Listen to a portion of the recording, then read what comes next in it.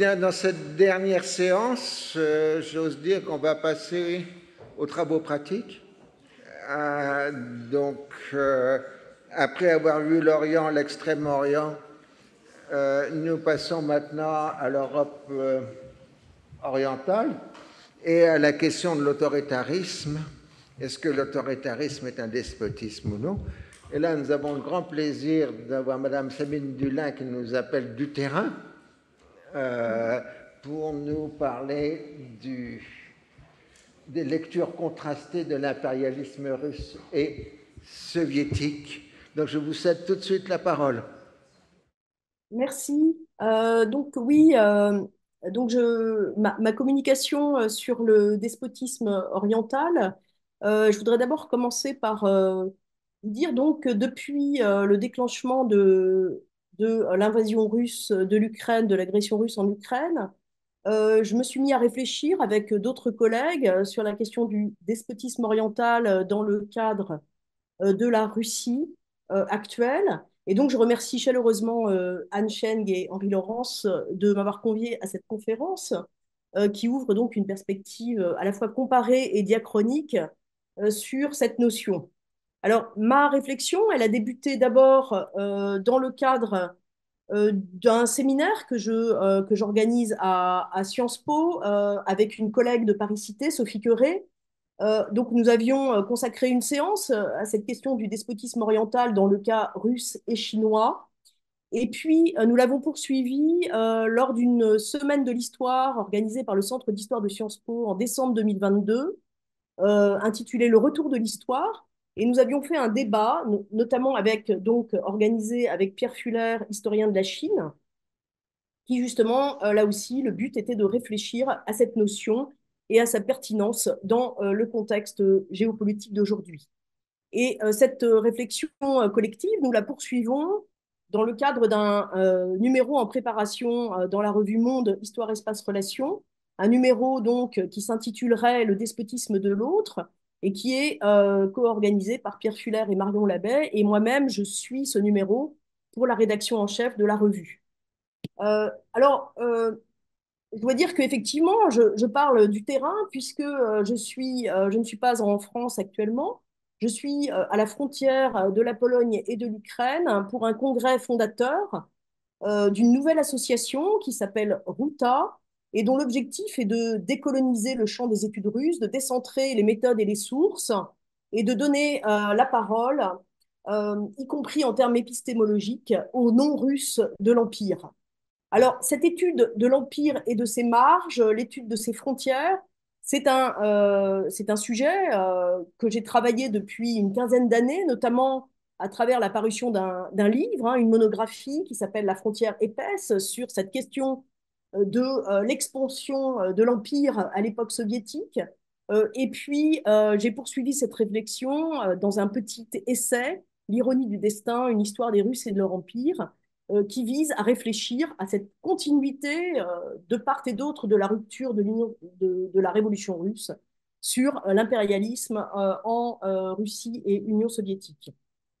Alors pour commencer, ce que je voudrais, voilà, j'ai une question que je voudrais aborder aujourd'hui, c'est en quoi la grille de lecture despotisme oriental peut éclairer ou au contraire dissimuler l'impérialisme des tsars, des communistes et de Poutine.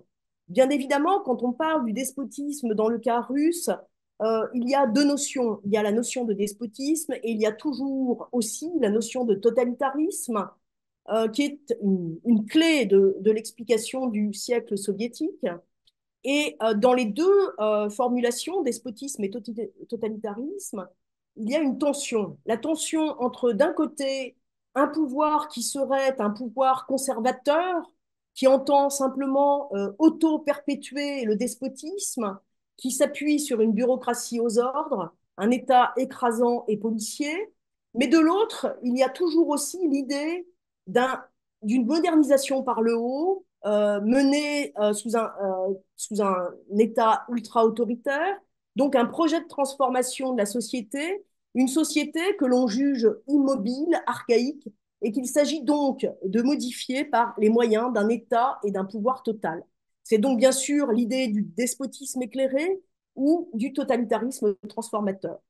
Alors, pour relier cette question du despotisme et de l'impérialisme, rien ne vaut le regard de ceux qui ont vécu la conquête russe, et je partirai donc de deux regards ukrainiens. Le premier actuel, donc un cinéaste ukrainien de 39 ans, Alexis Radinsky, cofondateur du Centre de recherche en culture visuelle à Kiev, qui écrit un pamphlet le 9 mars 2022. Et dans ce pamphlet, il refuse l'idée de l'unité historique de deux nations, celle de l'Ukraine et celle de la Russie, et il souligne des siècles de domination impériale par la Russie. Il souligne aussi une relation entre métropole et colonie. Cette vision des choses, on la retrouve dans la période de la guerre froide et notamment autour de 1968, notamment dans le cadre de lettres envoyées aux autorités soviétiques par la jeunesse non pas dissidente mais oppositionnelle de l'Ukraine de l'Est, à Dnipropetrovsk. Et dans cette lettre, notamment, on voit des formes d'expression comme piraterie coloniale, despotisme asiatique, morgue grand russe.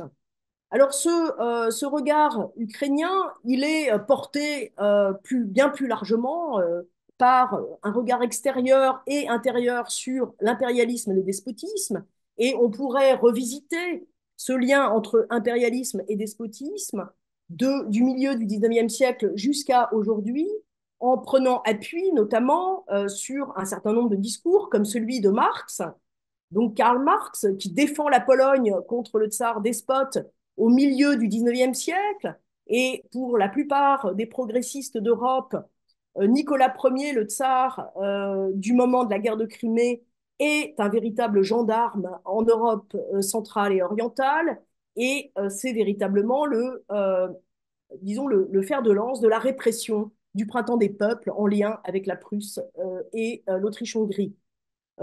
Cette thématique, elle est revue, reconfigurée à la fin du 19e siècle et au début du 20e siècle sous l'angle de la prison des peuples. Je renvoie notamment à cette carte fameuse d'Élisée Reclus, géographe et anarchiste, qui fait cette carte en 1905 et qui évoque donc tous les peuples de toutes les Russies et des autres pays qui sont soumis au tsar et qui doivent donc obtenir leur libération. La thématique de la prison, on la retrouve dans le cadre de la guerre froide et du rideau de fer, avec l'expression nation captive ou colonialisme rouge, qui est portée par les milieux dissidents et les milieux anticommunistes et atlantistes durant la guerre froide. Pendant toute cette période, il y a véritablement une opposition entre ce qui est à l'est de la Russie et ce qui est à l'ouest. D'une certaine manière, la Russie fait du colonialisme classique en direction de l'Asie centrale et du Caucase, c'est-à-dire l'idée d'une mission civilisatrice qui irait moderniser des périphéries, des sociétés immobiles, orientales, attardées, celle de l'Asie centrale et du Caucase. Mais on a aussi l'autre forme de colonialisme russe en direction de l'Ouest, en direction de l'Europe, en direction de la Pologne, de l'Ukraine, des pays baltes. Ici, il s'agit d'un impérialisme presque inversé, puisque sur le fond, ce sont des périphéries plus riches, plus cultivées, plus européennes que le centre, et qui très souvent aboutit à des transferts culturels vers le centre, une imitation de ces périphéries occidentales au centre même de l'Empire. Alors, dans cette réflexion sur le despotisme, on a un moment très important, c'est la fin des années 50, le début des années 60, avec deux pensées presque complètement déconnectées, même si les deux entendent dénoncer le totalitarisme et le communisme. La première pensée, c'est celle d'Hannah Arendt, que vous connaissez bien. Hannah Arendt, qui écrit au début des années 50 les origines du totalitarisme avec trois volets, dont le deuxième porte sur l'impérialisme occidental des débuts du XXe siècle. Et puis ensuite, le troisième volume porte sur le totalitarisme. Ce qui est intéressant, c'est que Hannah Arendt, au moment de la révolution en Hongrie et de la répression de Budapest par les chars soviétiques en 1956, eh bien dans ce cadre-là, Hannah Arendt essaye de développer une pensée de l'impérialisme totalitaire, c'est-à-dire une autre forme qu'elle considère comme plus efficace de l'impérialisme. C'est ce qu'elle défend donc dans cet article paru en 1958. Pour elle, à ce moment-là, l'impérialisme n'est pas une notion réservée aux empires coloniaux occidentaux. Grâce à sa perspective comparatiste, Allemagne, URSS, stalinisme, nazisme, eh bien, grâce à cette pensée comparatiste, elle ouvre sur la possibilité de penser l'impérialisme soviétique dans sa continuité territoriale, à la fois comme une volonté de puissance, une idéologie expansionniste, mais aussi des logiques prédatrices et au fond une forme d'espace vital, un petit peu à la manière des nazis. Au même moment, on a une autre pensée qui se structure, celle de Karl Wittfogel, qui a déjà commencé à travailler le despotisme oriental dans l'entre-deux-guerres. Il était très marqué par le marxisme au début, mais il devient un anticommuniste très virulent après la Seconde Guerre mondiale. Et dans son livre, donc Oriental Despotisme, où il s'agit de faire un essai sur le pouvoir total, qui paraît en 1957 et qui est traduit en français avec une préface de Pierre Vidal-Naquet en 1964, eh bien, on a une pensée qui n'est pas du tout en lien avec celle de Hannah Arendt. Il n'y a aucune discussion entre les deux penseurs. Euh, Karl Wittfogel a discuté avec certains penseurs du totalitarisme, comme par exemple Bertram Wolfe, qui était aussi un ancien marxiste. Mais sa perspective est très différente de celle d'Hannah Arendt parce que son point de départ, c'est la Chine. C'est un spécialiste de la Chine. Et donc, sa volonté, c'est de comparer l'URSS à la Chine. Il s'intéresse à la fois à il est dans une perspective de longue durée, il s'intéresse à l'espace, mais il s'intéresse surtout à l'héritage des institutions. Et son argumentation, c'est de considérer qu'il y a des pouvoirs despotiques qui se fondent sur une forme de managérialisme bureaucratique d'un État qui écrase la société et dont les origines seraient dans un rapport différent de celui de l'Occident à la loi et à la propriété, avec une logique de grands travaux, y compris militaires, avec les fortifications. Dans cette pensée de Karl Wittfogel, l'orientalisme est assumé, la différence entre Occident et Orient est essentialisée, même si on sait que le despotisme, au fond, au départ, a bien été plutôt euh, construit pour critiquer Louis XIV, et même si on sait aussi que les grands travaux hydrauliques, qui sont un des fondamentaux de la pensée de Karl Wittfogel, ont été aussi le propre de pays complètement démocratiques comme les Provinces-Unies, malgré tout, il y a quelque chose d'intéressant aujourd'hui dans la pensée de Wittfogel, car il y a cette comparaison Chine-URSS, et évidemment qui reprend de la pertinence aujourd'hui dans le cadre géopolitique actuel, cette Chine, ce bloc Chine-Russie qui s'oppose à la fois à la démocratie et au libéralisme. De même, dans Karl Wittfogel, on voit bien la frontière qui existe entre la Moscovie, qui appartiendrait à l'Orient, avec l'héritage à la fois byzantin et mongol, et de l'autre, la Rousse de Kiev, ukrainienne, à la frontière de l'Europe, qui serait de l'ordre de la civilisation européenne. Malgré tout, ce qui est frappant dans la théorie de Karl Wittfogel, c'est l'absence de l'impérialisme. C'est un angle mort de son analyse, même s'il parle des fortifications militaires et même s'il parle de l'espace. Alors, on sait que dans les grandes analyses sur l'orientalisme, eh bien, on a pu montrer comment le discours orientaliste et donc la grille de lecture despotisme oriental a pu être un outil depuis le XVIIe, XVIIIe siècle pour justifier finalement de la colonisation et de l'impérialisme occidental, puisque l'impérialisme ne faisait que perpétuer, pérenniser une forme d'oppression qui était déjà naturelle dans le cadre des sociétés orientales. Par ailleurs, la confiscation des terres indigènes était particulièrement justifiée par le fait que de toute façon, il n'existait pas dans ces despotismes véritablement de propriété privée. Alors, est-ce que c'est cela qui explique l'absence de l'analyse de l'impérialisme dans le propos de Wittfogel? Ce qui est sûr, en tout cas, c'est que l'analyse despotisme oriental sert très largement le discours russe d'aujourd'hui. Comment? Eh bien, parce que le discours russe d'aujourd'hui se fonde sur l'idée d'une Russie qui ne serait pas un empire comme les autres, qui serait un empire subalterne. Je reprends cette idée notamment d'un certain nombre de travaux actuels, comme le travail de Botagoz Kassimbekova, historienne kazakh actuellement en poste en Suisse, qui considère que la Russie se veut innocente de tout impérialisme, ou bien les travaux d'auteurs comme Morozov et Tlostanova, qui parlent d'empire subalterne pour la Russie. De quoi s'agit-il? Tout d'abord, de dire que la Russie, au début du XXe siècle, était au fond une semi-colonie de l'impérialisme franco-britannico-allemand, hein, puisque les investissements, les capitaux venaient de l'Occident pour moderniser la Russie. De ce fait, la Russie impériale serait certes un empire, mais n'aurait pas cette dimension impérialiste qu'auraient les États européens. Et bien évidemment, dans cette analyse qui est très économiste de l'impérialisme, on a le moment fondamental de l'écriture du livre de Lénine sur l'impérialisme, dernière étape du capitalisme. Bien évidemment, avec la révolution russe et le développement de l'Union soviétique, le discours politique de ce pays du communisme est un discours anti-impérialiste. Donc même si les bolcheviks reconstruisent l'empire, même si Staline agrandit l'empire, cet empire serait un empire anti-impérialiste qui vise à libérer les peuples et non pas à les asservir.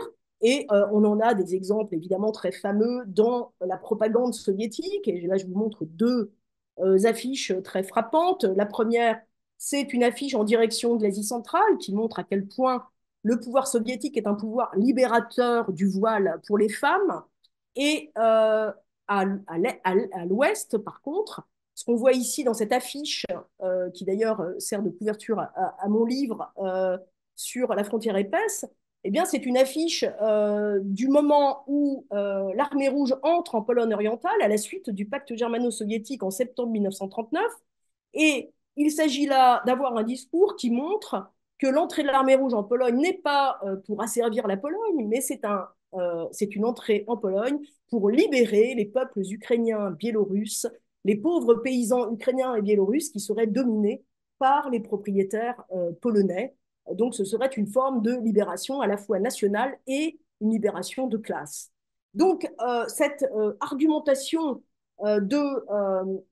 de l'empire subalterne, elle prend tout son essor hein, sous Poutine, avec la volonté finalement de reprendre à son compte l'idée de despotisme oriental en essentialisant la division Orient-Occident, mais pour dire autre chose que ce que disait Wittfogel, pour dire que le libéralisme n'est pas le futur de l'histoire, et qu'au contraire, ce qui est le futur de l'histoire, c'est une forme d'anti-Occident qui parle aux pays du Sud et qui donc, euh, fait de la Russie le porte-parole des mondes subalternes, hein, un empire autre.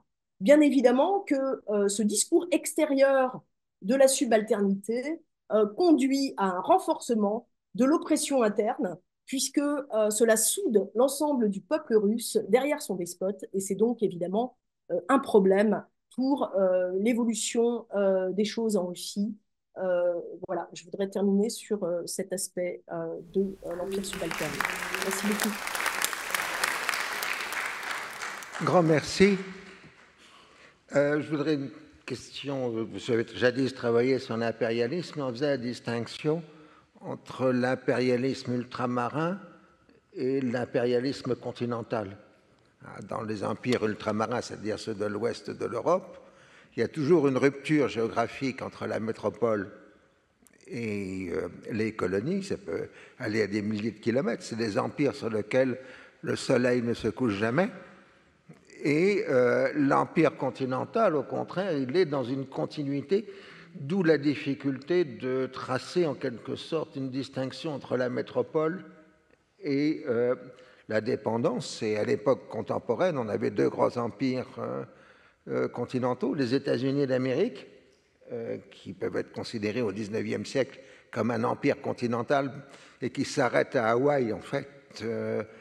Et ensuite, et en même temps, toute l'histoire russe, c'est un empire continental, d'où le jeu de mots permanent des Russes qui disent qu'ils ne sont pas impérialistes, parce que quand nous pensons impérialisme, nous pensons aux empires ultramarins et non pas aux empires continentaux. Qu'est-ce que vous en pensez? Oui, alors évidemment, c'est une. Bon, et en plus, c'est un autre aspect aussi, c'est que les empires, euh, euh, les empires comme ceux de la Russie sont des empires multinationaux. Bon, c'est-à-dire il y a aussi cette présence de multiples nations qui complique aussi les choses par rapport à l'empire colonial classique. Alors, effectivement, cette différenciation entre les empires continentaux et les empires ultramarins a été présente très longtemps. Aujourd'hui, elle est quand même assez largement remise en cause, puisque, y compris même dans la manière dont on pense qu'aujourd'hui les États-Unis, on considère qu'il y a eu une colonisation du territoire américain, qu'il y a eu non pas la, un front pionnier face à quelque chose qui était vide, mais il y a bien eu des Indiens que l'on a colonisés et donc et que l'on a très largement exterminés. Donc il y a une très large remise en cause de cette division des empires en différents types. La seule chose qu'on pourrait considérer, et c'est d'ailleurs à la suite d'Hannah Arendt, hein, c'est de considérer que certains empires ne nécessitent pas de despotisme en leur cœur, comme par exemple l'empire colonial français et britannique, qui n'ont pas débouché sur la transformation du pouvoir de la métropole et on a gardé un système démocratique, alors même qu'on a d'autres empires qui ne font que dupliquer le despotisme à partir du centre. Donc ça, c'est une vision politique des empires, euh, mais l'autre élément qu'il faut, bon, depuis le début des années 2000, avec notamment les travaux de ce qu'on a appelé la nouvelle histoire des empires autour de Jane Burbank et Frédéric Cooper, il y a cette idée d'un empire qui gouverne les différences, qui gouverne des grands espaces et dans lequel les méthodes seraient souvent similaires, que l'on soit dans l'Empire romain, l'Empire américain, l'Empire russe ou l'Empire colonial français. Donc il y a une sorte de dilution des différences et en même temps, il y a aussi la question économique qui reste une vraie question, hein, c'est-à-dire le moteur économique ou non de l'expansion impérialiste. Et bien évidemment que ce moteur économique, c'était aussi un élément qui avait réussi à faire la différence entre les empires coloniaux français et britanniques et l'empire russe, qui apparaissait comme moins mu par la volonté de faire des bénéfices économiques et des profits, et davantage mu par des questions de puissance et de prestige. Là, on entre dans les grands débats sur l'histoire du colonialisme, de l'impérialisme, sur la question de savoir si la motivation de l'impérialisme est moins l'économique, la puissance, et donc et aussi des ressources, c'est-à-dire il n'y a pas nécessairement un enrichissement, mais la disponibilité en ressources que donne l'Empire peut à certains moments être un facteur de puissance considérable. Dans un autre sujet, une des raisons pour lesquelles il n'y a pas de fascisme en France et en Grande-Bretagne dans l'entre-deux-guerres, c'est qu'il y a les empires coloniaux. Et donc, ce qu'on appelle à l'époque la France et l'Angleterre sont des pays satisfaits, des puissances satisfaites par rapport à l'Allemagne ou à l'Italie qui se sentent frustrés, insatisfaits. Et donc, contrairement à la thèse d'Hannah Arendt, c'est l'impérialisme qui a empêché le développement du fascisme dans les grandes démocraties. Bon, c'est un autre débat. Bien, je crois, cher ami, encore merci de votre intervention.